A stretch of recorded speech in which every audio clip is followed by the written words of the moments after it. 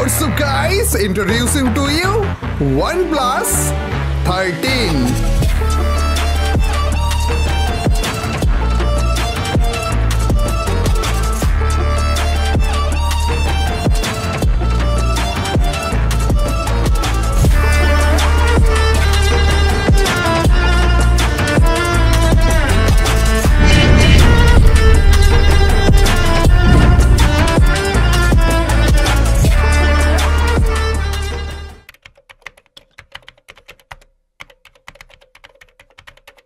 চারজন ট্রিপলার মিলে আমরা রেডি হয়ে গিয়েছি র্যাঙ্ক ম্যাচ খেলার জন্য, তাও আবার একটা নতুন ফোনে OnePlus 13 এ আমরা রয়েছি এবং এই ফোনটা গেমিং এর জন্য কেমন হবে সেইটাই আজকে আমরা দেখতে যাচ্ছি। যার কারণে চারজন ট্রিপলার মিলে আমরা র্যাঙ্ক ম্যাচ শুরু করে দিয়েছি। আর শুধুমাত্র র্যাঙ্ক ম্যাচই খেলবো না, আজকে আমরা র্যাঙ্কের পাশাপাশি ক্ল্যাশ স্কোয়াড খেলবো। তাও আবার নরমাল ক্ল্যাশ স্কোয়াড না, ক্ল্যাশ স্কোয়াডের ভিতরে আমরা নো ইন্টারনেট প্র্যাঙ্ক করবো ভাই। চারজন ট্রিপলার মিলে নো ইন্টারনেট প্র্যাঙ্ক ভাই, নেক্সট লেভেল হবে। তো র্যাঙ্ক ম্যাচ খেলার আগে আমি একটু ট্রেনিং গ্রাউন্ড থেকে ঘুরে আসতে চাই এই ফোনের OnePlus 13 এর সেন্সিটিভিটিটা দেখার জন্য। আর তোমরা সেন্সিটিভিটি দেখতেই পারছো ভাই, একটু বেশি কাজ করতেছে মনে হচ্ছে। এছাড়া ফোনটা কিন্তু বড় সাইজের 6.8 ইঞ্চের ফোন, যার কারণে আমার আগের যে কাস্টম হার্টটা ছিল ওইটাই আমরা রেখে দিয়েছি এবং ওইটাতে কোনো রকমের প্রবলেমই আমার হচ্ছে না। রিফ্রেশ রেটও 120 হার্টসের রয়েছে, যার কারণে পুরো একেবারে স্মুথ ভাবে চলতেছে সবকিছু ভাই। সেন্সিটিভিটি আমি এইটা এক্সপেক্ট করি নাই, মোটামুটি ভালো লেভেলের সেন্সিটিভিটি ছিল, তোমরা হেডশটগুলো দেখেই বুঝে যাইতেছো।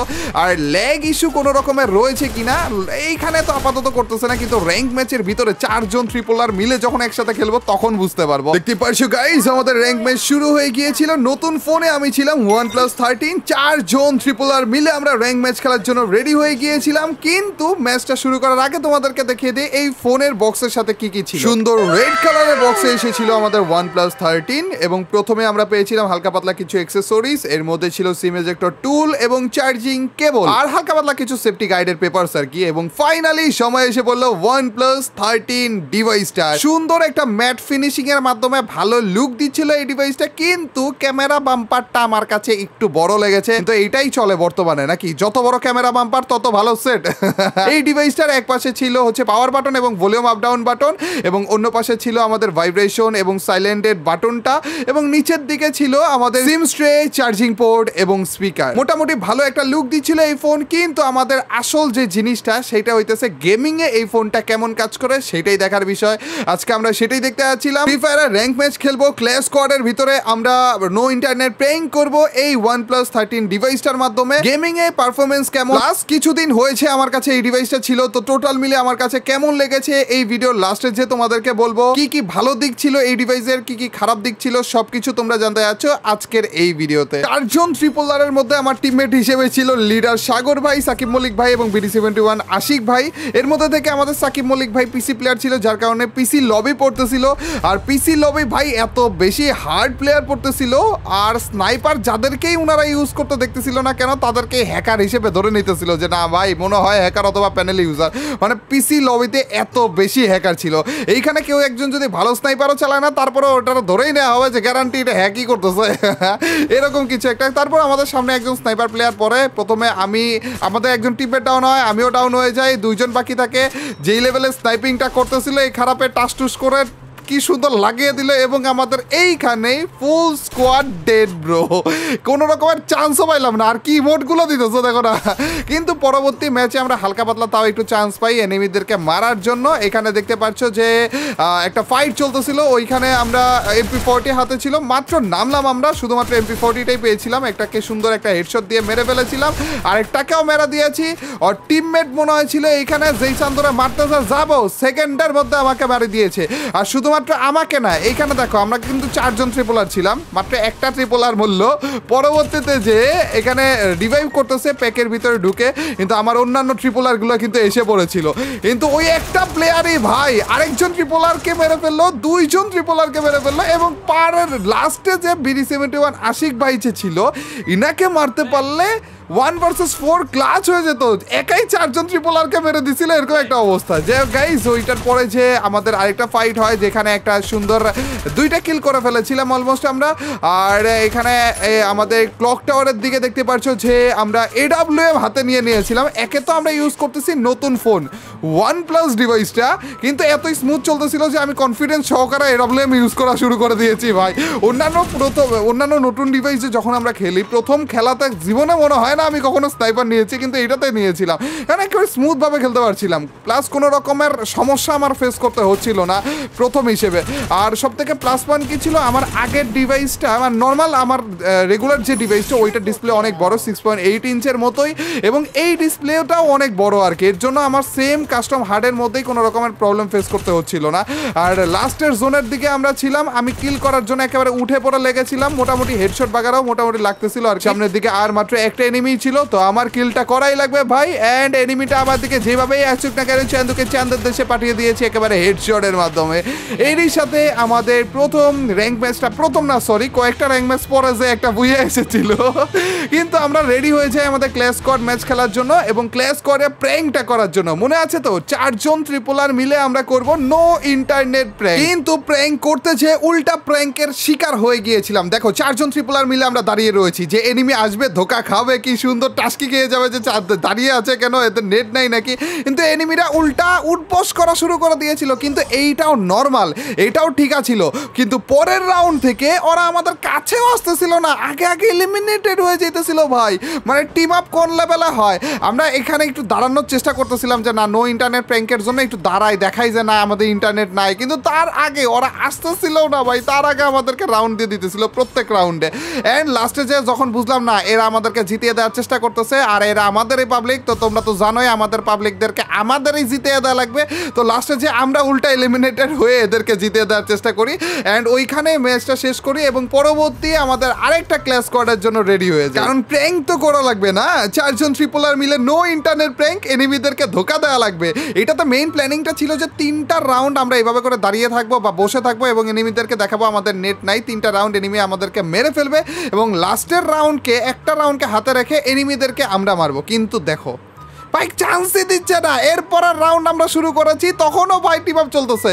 এক টাইমে যে আমার টিমমেটরা আসলেই বোঝা যায় যে কেন আমি কখনো ক্ল্যাশ স্কোয়াড র্যাঙ্ক খেলি না ভাই, এই যে এইসবের জন্য ভাই এমন টাইপেরই করতেছে যে আমাদের মারেই না। দেখো আমরা জোনের দিকে, জোন এসে পড়তেছে, জোনে আমরা এলিমিনেটেড হয়ে যাব, কিন্তু এরা তারপরে আমাদেরকে মারবেই না। মানে ফ্রি কিল চোখের সামনে পড়ে আছে, আর মারা তো দূরে থাক, উল্টা ওরা জোনের বাইরে চলে যাইতেছিল আমাদের আগে এলিমিনেটেড হওয়ার জন্য। কি চলতেছিল কি এক টাইপের ইমোশনাল ব্ল্যাকমেল করতেছিল ভাই আমাদেরকে। কিন্তু ওই ব্ল্যাকমেলের ভিতরেই যদি জিনিসটা শেষ হয়ে যেত তাও ভালো হতো ভাই। এই রাউন্ডে বা এই ক্ল্যাশ স্কোয়াড ম্যাচের ভিতরে উল্টাপাল্টা কত রকমের কাহিনী যে ঘটে, লিটারেলি আমাদের সাথে প্র্যাঙ্ক করা হইতেছিল ভাই। তোমাদেরকে দেখায়, এই যে এখানে আরো একটা রাউন্ড শুরু হইলো, ওরা আমাদের সাথে টিম আপ করতেছিল, জোন এসে পড়েছিল, চান্দুরা আমাদের আগে এলিমিনেটেড হওয়ার চেষ্টা করতেছিল। 2টা টিম একই সাথে এলিমিনেটেড হয়ে যায়, কিন্তু পয়েন্ট উনাদেরকেই দিতে পারি। আমাদের টার্গেট যেটা ছিল যে 3টা রাউন্ড কোনোভাবে উনাদেরকে জিতিয়ে দেওয়ার পরে আমাদের মেইন ম্যাচটা শুরু হবে, এবং ওইটার দিকেই কিন্তু আমরা আগাইতেছিলাম। আমরা 2টা রাউন্ড উনাদেরকে জিতিয়ে দিতে পেরেছিলাম, লাস্টের আর একটা রাউন্ড উনাদেরকে যদি জিতিয়ে দিতে পারি তাহলেই কিন্তু উনাদেরকে মারা শুরু করব। আর একটা টার্গেটে ছিলাম, যদি উনাদেরকে আমরা মারতে থাকি তাহলে উনারাও বুঝে যাবে যে আমরা হাড্ডাহাড্ডি একটা ফাইট করতে চাইতেছি, আমাদের সাথে ফাইট লেগে যাবে আর কি, এরকম একটা আশায় ছিলাম। তো এরপরের রাউন্ডটাতেও আমরা নো ইন্টারনেট প্র্যাঙ্ক করতেছি, এবং এরপরের রাউন্ডটাতে উনারা আমাদেরকে জিতিয়ে দিতে চেয়েছিল কিন্তু পারেনি, উনারাই জিতে গিয়েছিল। অলমোস্ট বলা যায় এই রাউন্ডেও আমরা সেম টাইমে এলিমিনেটেড হয়ে যাই, কিন্তু গেরিনা ফ্রি ফায়ার উনাদেরকেই জিতিয়ে দেয়, যেটা আমরা চাচ্ছিলাম অবশ্য। 3টা রাউন্ড জিতে গিয়েছিল উনারা। ফাইনালি সেই রাউন্ড এসে পড়েছিল, আমরা উনাদেরকে মারা শুরু করে দিয়েছিলাম, এইটা ভেবে যে এখন তো হাড্ডাহাড্ডি একটা ফাইট হবে, আমরা যদি মারি তাহলে উনারাও আমাদেরকে মারা শুরু করবে। তো একটা রাউন্ড আমরা মেরে দিয়েছিলাম এবং পরের রাউন্ডে উনাদের কাছ থেকে অনেক জোস একটা ফাইট আশা করতেছিলাম, কিন্তু এইখানে ঘটে আসল ঘটনা। কিভাবে আমাদের সাথে উল্টা প্র্যাঙ্ক করে দেখো, আমরা যেইভাবে করে দাঁড়িয়েছিলাম দেখাচ্ছিলাম যে আমাদের ইন্টারনেট নাই, ওরা দাঁড়িয়ে পড়ছে ভাই। তিনটা রাউন্ড ওনাদেরকে জেতানোর পরে একটা রাউন্ড যখন আমরা উনাদেরকে মারলাম, তারপরে রাউন্ড থেকে ভাই উনারা দাঁড়িয়েছিল, ভাই উনারা নো ইন্টারনেট প্র্যাঙ্ক করা শুরু করছে আমাদের সাথে। এই প্রথমবার এমন হলো যে ভাই নো ইন্টারনেট প্র্যাঙ্ক করতেছে, দেখতেছি এনিমিরা উল্টা আমাদের সাথে নো ইন্টারনেট প্র্যাঙ্ক করতেছে। ইভেন পরের রাউন্ডেও কিন্তু এই জিনিসটাই হলো, আমাদের সামনে যে এই চান্দুরা কি সুন্দর 4 জন লাইন ধরে বসে দাঁড়িয়ে রয়েছে, কোনো কিছু করতেছে না ভাই, আর আমাদের আগে আগে বারবার জোনের বাইরে চলে যাইতেছে আমাদেরকে রাউন্ডটা দেওয়ার জন্য। মানে কি বলবো ভাই, 3-3 হয়ে গিয়েছিল ভাই, কি অবস্থা।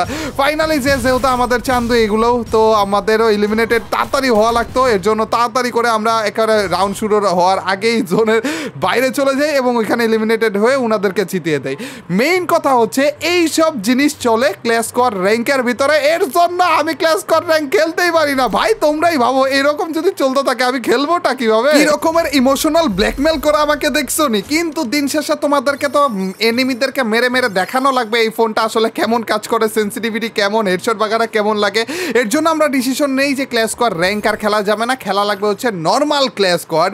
এর জন্য আমরা নর্মাল ক্ল্যাশ স্কোয়াড স্টার্ট করে দিই। আর পার্সোনালি না, আমার কাছে মনে হয় একটা ডিভাইসে বা একটা ফোনে 4টা জিনিস যদি ঠিক থাকে তাহলে ওই ফোনটা গেমিংয়ের পারফরমেন্সের দিক দিয়ে আর কোনো টেনশন করা লাগে না। এবং ওই 4টা জিনিস হচ্ছে প্রসেসর, র্যাম, রোম এবং ব্যাটারি। এই রকমের হেডশটগুলো লাগতেছে দেখছো? মনে আছে তো তোমাদের যে আমি নতুন একটা ফোনে খেলতেছি প্রথমবারের মতো।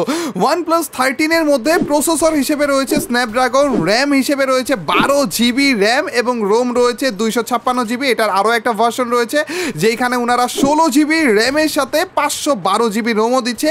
এবং ব্যাটারি, এইটা খুবই ইম্পর্টেন্ট আমাদের জন্য, কারণ সারাদিন পরে থাকতে হয় এই গেম নিয়ে, আর গেমিংয়ের জন্য আমাদের অনেক ভালো ব্যাটারি লাগে। এবং এই OnePlus 13 এ রয়েছে 6000 mAh এর ব্যাটারি। একটা জিনিস খেয়াল করেছো গাইস যে আমি কিন্তু একেবারে হাই গ্রাফিক্সে খেলতেছি, সেটিং থেকে গ্রাফিক্সের সব কিছু আমি হাই দিয়ে রেখেছি, আমার শ্যাডো অন রয়েছে। এছাড়া আমি এই ফোন দিয়েই কিন্তু রেকর্ড করতেছি, OnePlus 13 দিয়ে আমাদের এই রেকর্ডিংটাও চলতেছে। তার মানে একেবারে হাই সেটিংয়ে রয়েছি, আমার রেকর্ডিং চলতেছে এতক্ষণ ধরে, আমার কোনো রকমের ল্যাগ ইস্যু কিন্তু এখনো পর্যন্ত ফেস করিনি। আমি আশা করি তোমরাও এখন পর্যন্ত গেমপ্লের ভিতরে কোনো রকমের ফ্রেম ড্রপও দেখোনি। কিন্তু গেমিং এর বাইরেও কিন্তু কিছু জিনিস রয়েছে যেটা ডিভাইসের দরকার পড়ে, যেমন আমাদের ক্যামেরা, ওইটার ব্যাপারে তো কথা বলতে ভুলেই গিয়েছি। কিন্তু এই ফোনে OnePlus 13 এ কিন্তু ভালো ক্যামেরা ইউজ করা হয়েছে ভাই। সনি এর অপটিক্যাল জুম সহ 50 মেগাপিক্সেলের ব্যাক ক্যামেরা এবং 32 মেগাপিক্সেলের ফ্রন্ট ক্যামেরা ব্যবহার করা হয়েছে।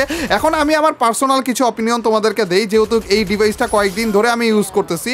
এই ডিভাইসের গেমিংয়ের পারফরমেন্স আমি খুব ভালো পেয়েছি, ক্যামেরা খুব ভালো ছিল। এই ডিভাইসে 6000 mAh এর ব্যাটারি দিয়েছিল, তো ব্যাটারি পারফরমেন্সও আমি ভালো পাচ্ছিলাম এবং তাড়াতাড়ি চার্জও হচ্ছিল। এটাতে 100 ওয়াটের মনে হয় সুপার চার্জ সাপোর্ট করে, এইরকম একটা ব্যাপার স্যাপার রয়েছে। তো এই সব সাইটগুলো আমার কাছে খুবই ভালো লেগেছে। এখন আসি খারাপ বিষয় কোনগুলো লেগেছে সেইটা নিয়ে। এই ডিভাইসে আমি যে আনবক্স করলাম ওইখানে তোমরা দেখলে যে অ্যাডাপ্টার ছিল না, শুধুমাত্র কেবলটা ছিল। তো যদি আমরা এই ডিভাইসটা নেই বা পারচেস করি তাহলে আমাদের অ্যাডাপ্টারটা আলাদা করে কিনে নেওয়া লাগবে, এইটা আমার কাছে একটু খারাপ লেগেছে। এবং এই ডিভাইসের সেকেন্ড যে নেগেটিভ ইস্যুটা সেইটা হইতেছে এই ডিভাইসে কোনো রকমের হেডফোন জ্যাক নেই। এখন আমরা গেমার যারা, তাদের হেডফোন একেবারে 100% দরকার হয় এবং বেশিরভাগ ভালো ভালো হেডফোনগুলো হচ্ছে আমাদের 3.5mm এর জ্যাক সহ আসে। এখন ওগুলো যে একেবারে এই ফোনে ইউজ করা যাবেই না ওই রকম কিন্তু না, যাবে, কিন্তু আমাদের একটা কনভার্টার ইউজ করা লাগবে। কিন্তু এছাড়া আমাদের টাইপ সি পোর্ট যেটা রয়েছে, যেদিক দিয়ে চার্জ হয় আর কি, ওই টাইপ সি পোর্টেরই কিন্তু বর্তমানে অনেক হেডফোন পাওয়া যায়। আসলে বর্তমানে বেশিরভাগ এই রকমের ফ্ল্যাগশিপ ডিভাইসগুলোতে হেডফোন জ্যাক থাকে না এবং আমাদের অ্যাডাপ্টারও দেওয়া হয় না, ওইটার সাথে তাল মিলিয়ে রয়েছে আমাদের OnePlus 13। কিন্তু আমার কাছে গেমার হিসেবে একটু নেগেটিভ লাগলো জিনিসটা, এর জন্য ভালো জিনিসগুলো তোমাদের সাথে শেয়ার করলাম, খারাপ জিনিস আমার কাছে পার্সোনালি কি লেগেছে সেটাও তোমাদের সাথে শেয়ার করলাম। ওভারঅল এক্সপিরিয়েন্স আমার কাছে খুবই ভালো ছিল এই ডিভাইসে। তোমাদের কাছে কেমন লাগলো গাইস এই ডিভাইসের গেম প্লে সবকিছু মিলিয়ে অবশ্যই কমেন্ট সেকশনে জানিয়ে দিও। আমার জানা মতে এখনো পর্যন্ত এই ডিভাইসটা মার্কেটে আসেনি, তো আসার পরে যে আমরা এই ডিভাইসের প্রপার প্রাইসটা জানতে পারবো। আর এছাড়া বাকি যে ডিটেলস স্পেসিফিকেশন রয়েছে এই ডিভাইসে সেগুলো তোমরা গুগলে সার্চ করার মাধ্যমে পেয়ে যাবে, ওইখান থেকেও দেখে নিতে পারো। আজকের এই ভিডিওটা কেমন লাগলো গাইস, যদি ভালো লাগে থাকে লাইকটা করে দিও, বেশি বেশি করে কমেন্ট করে দিও। দেখা হবে তোমাদের সাথে নেক্সট আরো একটা নতুন ভিডিও নিয়ে। Till next video or stream, আল্লাহ হাফেজ গাইস, পিস।